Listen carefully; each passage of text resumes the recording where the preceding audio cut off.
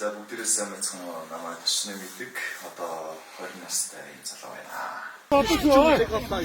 Оюут бидний батшаа нөөцлөө.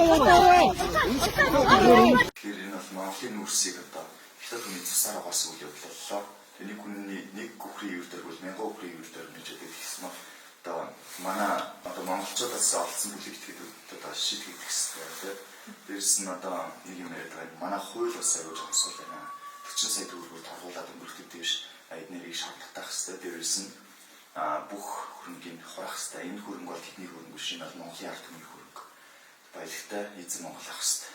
Миний зүгээс бол энэ нүрсний одоо хугааштай нэрсийг зарлаа гэсэн юм. Тэгэхэд аянд бол бүх юм цаанаас чиглэрэг тэнд алхмалхмаар явах хэрэгтэй шүү дээ.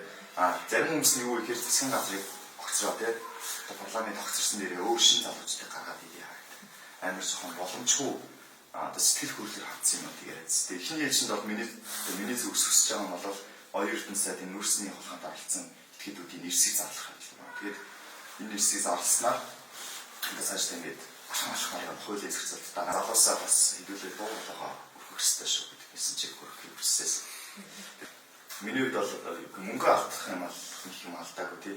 Эрүүл мэндийн алдах юм бол яг юм алдсан гэж болох юм. Гэтэ би их орны алдах юм өндөр юурчгүй болцоо гол гэсэн. Тэгэхээр би хугацаа амс гэсэн шаардлага нийлээд одоо хугацаа амсад яваа гэсэн шаардлага ирсэн.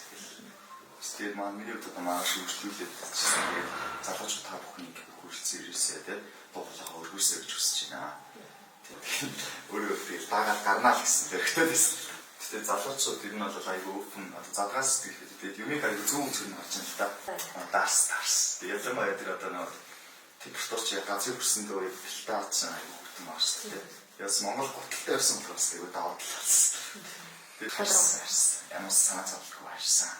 За тэгэхээр оюутан танд нэг юм хэлмээр байна. Та тэр нэрсийн зарлж чадахгүй бол дараагийн бай та байх болно шүү тий. Хулгайчираа барьж өгдөггүй гэж үү гэдэг. Хэрвээ та энэ үнэхээр хамаарлах юм бол тэр нэрсийг зарлж өгөө.